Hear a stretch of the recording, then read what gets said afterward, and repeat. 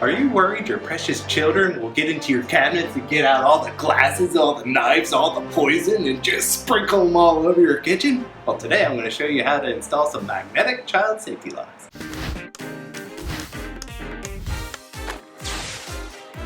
Hello and welcome to another episode of The Handy Homeowner. Today we're going to do some child safety locks, and these are the sweet deluxe magnetic locking ones where you have a little magnetic key and you don't have to push your fingers in the drawers. So today I'm going to show you how to install these guys. Now once you open the package, you'll see we have a lock set, and then as you can see, here's the key, and we got the key. Boop, boop. Unlocks it. And then it's also cool if you're not using it, you can just lock it down and you don't have to take it off, and then that way it's disengaged, and then if you push it back, like that. So for extra strength, you can get the screw-on ones, or you can get the double-sided tape ones, but today we're going to show you how to do the screw-on ones. So you need a Phillips screwdriver or a drill, and then also a 7/16 drill bit.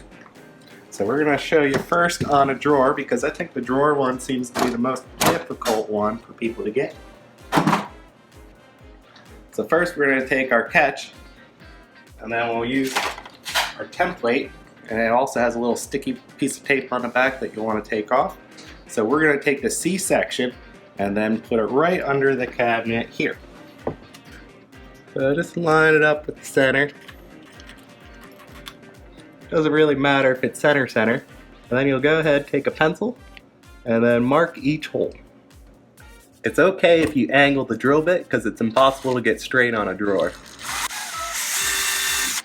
This one go about 1/4 inch out. Next, take your screw pat, and then we're just going to install the first part.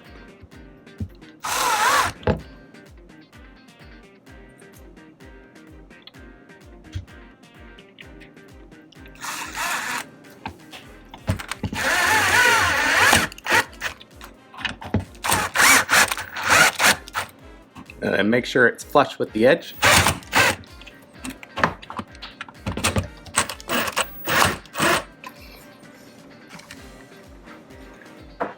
Alright, next we're going to take our template, and then we're just going to insert it into there. And then make sure to take off your tape covering, but first you want to put the drawer in.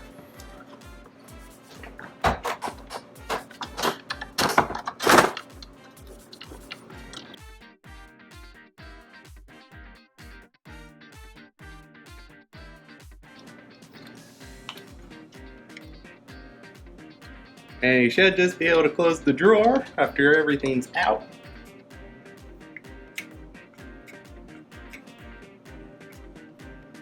It should stick.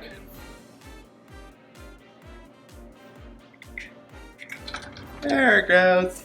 Maybe explain our drawers and how it barely fits. Now we have the most universal cabinet in the world. Everybody's new cabinets look like these. The problem is with these sticky backs, they don't have it low enough, so it looks like our edge is barely touching this edge here. So if you're having problems with your sticking, it's just applied to the bottom edge of the cabinet. And then you can see right here, we'll be going with the lock holes. So it's right on the edge. So we'll go ahead and mark those. And then you can remove that. Now, this is kind of a bad design on their part.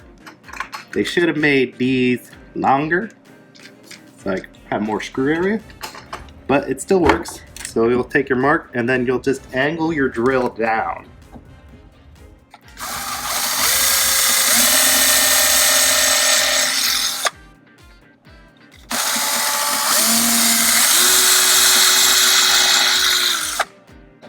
Next, we'll take our locking mechanism and install that.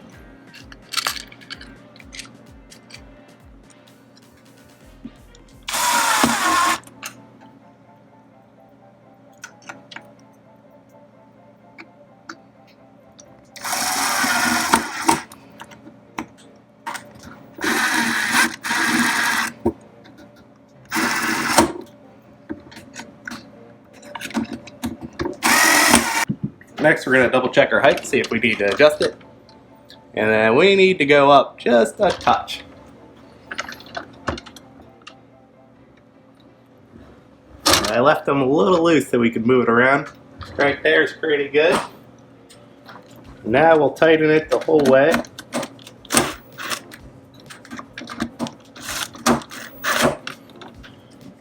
Alright, so I'll just move this so it's unlocked. There's locked, unlocked.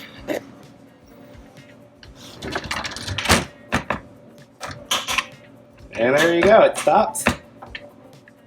And then it unlocks.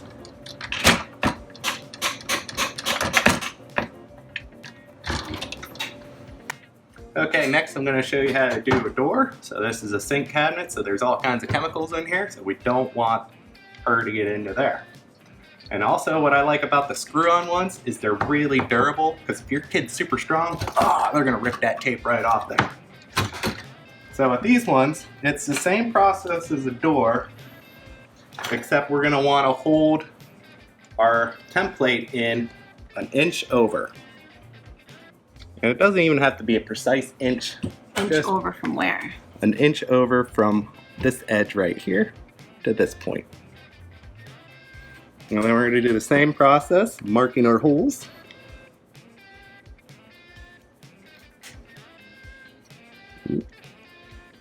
And once the holes are marked, we'll drill it.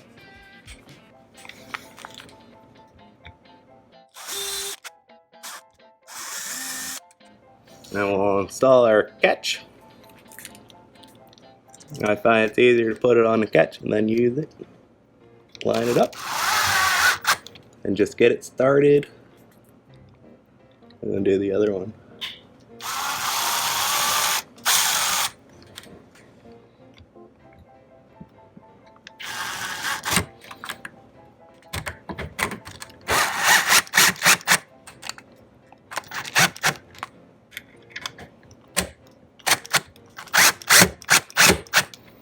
Install our template in, and then we'll attach it to our door. Now with this one you can mark it with a pencil, or you can just go right to your drill bit, and then make sure to go to your lock holes.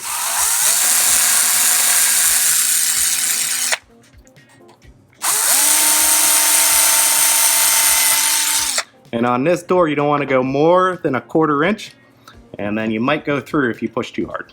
Alright, now we're just going to install our lock mechanism.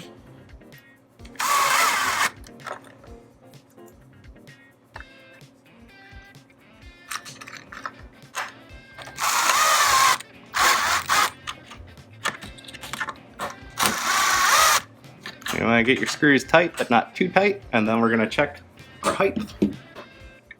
And we have 1/4 inch, so we want it pretty tight, because the tighter this is, the better locking action you'll have. So right there is perfect.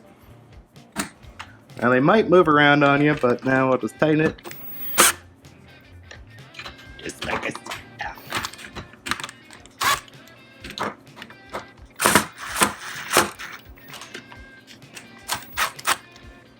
Double check.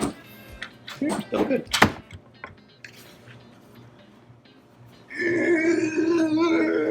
Don't lose your key.